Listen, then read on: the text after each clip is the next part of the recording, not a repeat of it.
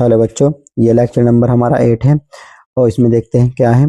तो इसमें हम कुछ न्यूमेरिकल करेंगे।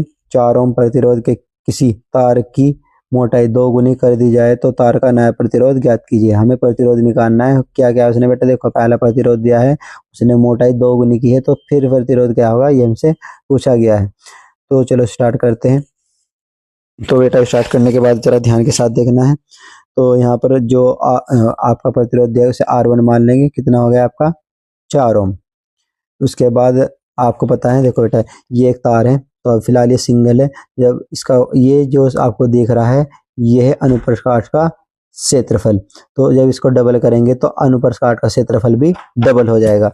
तो पहले हमने इसको मान लिया, जो आपका पहला क्षेत्रफल है A1, उसको हमने A मान लिया है। अभी आपको दिखाया गया है कि जब आप तार की मोटाई को दो गुना कर दोगे तो अनुप्रस्थ काट का क्षेत्रफल ही 2 गुना हो जाएगा। तो A2 की वैल्यू कितनी हो जाएगी?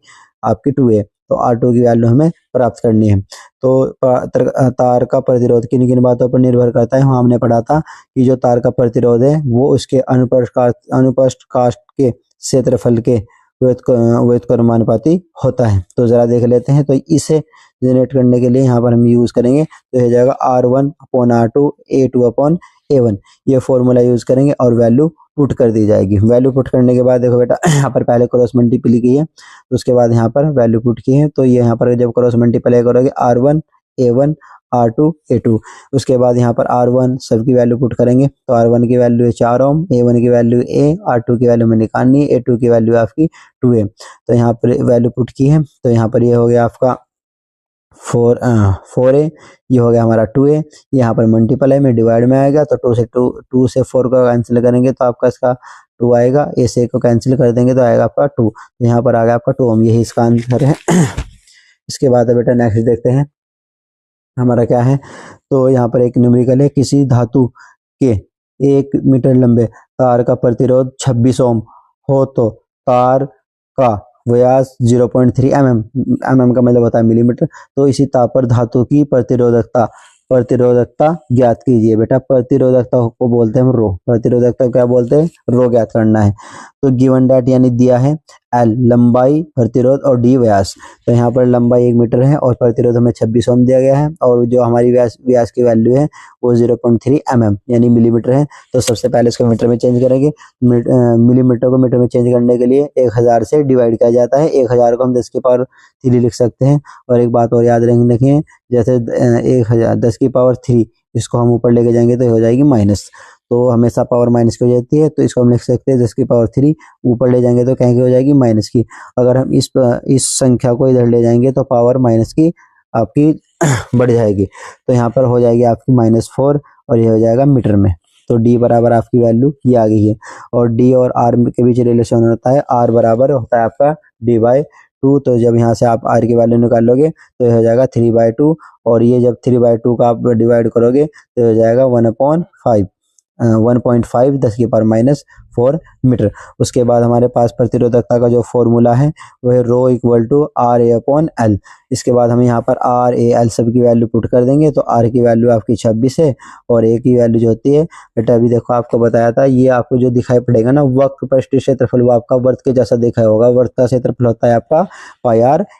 तो यहाँ पर क्या हो गया πr², और L की वैल्यू आपकी कितनी थी 1। इसके बाद यहाँ पर बेटे पाई की वैल्यू होती है 3.14 और R की वैल्यू कितनी निकाली आपने 1.5 गुना 10 की पावर -4 मीटर। तो इसका स्क्वायर था, इसका भी स्क्वायर हो जाएगा।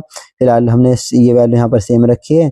स्क्वायर ओपन करेंगे तो 1.5 का जब स्क्वायर खोलोगे तो 2.25 आपका स्क्वायर आएगा यहाँ पर खुल के, और ये पावर हो जाएगी 8, क्योंकि ये पावर इसके साथ भी मल्टीप्लाई करेगी, क्योंकि पावर की पावर में मल्टीप्लाई होती है जब पावर की पावर होती है। तो उसके बाद इस संख्या की और संख्या की मल्टीप्लाई करेंगे जब कि आपका 81.64 आएगा। उसके बाद जब आप यहाँ पर देखोगे ये वैल्यू हमने सेम उतारी है, इसके और इसकी मल्टीप्लाई करने के बाद आपका कुछ ऐसा आएगा। तो बेटा ये आपकी कैलकुलेशन है। सबसे इंपॉर्टेंट बात है मात्रक देकर वैल्यू को फाइंड करना और फॉर्मूला याद होना चाहिए। उसके बाद ये एक न्यूमेरिकल है, ये सेम न्यूमेरिकल है और ये आपको खुद से सॉल्व करना है। एक बार पढ़ देता हूँ। किसी धातु के 1 मीटर लंबे तार का प्रतिरोध 12 ओम है। यदि तार की जो त्रिज्या है वो 3 मीटर हो तो इसी ताप पर इसकी प्रतिरोधकता ज्ञात कीजिए। बेटे इसमें ना तो चेंज होगा और ना इसमें आपको वैल्यू निकालनी पड़ेगी, बस वैल्यू बाहर निकालनी है। क्या देखो एल की वैल्यू दी है और यहाँ पर डी ना देकर आर दिया है, तो इसको यहाँ पर रखेंगे और इसकी वैल्यू आप फाइंड करोगे और इसको आप खुद से मैच करोगे। उसके बाद यहाँ पर एक नोट है, क्या नोट है, विद्युत संचरण के लिए CU यानी कॉपर एल्यूमिनियम के तारों का यूज किया जाता है, क्योंकि ये धातु विद्युत के अच्छे चालक होते हैं तथा इसकी जो प्रतिरोध भी होता है कम होता है। देखो बेटा, विद्युत का जो सबसे अच्छा चालक होता है वो सिल्वर, पर महंगा होने के कारण हम इसका यूज नहीं करते।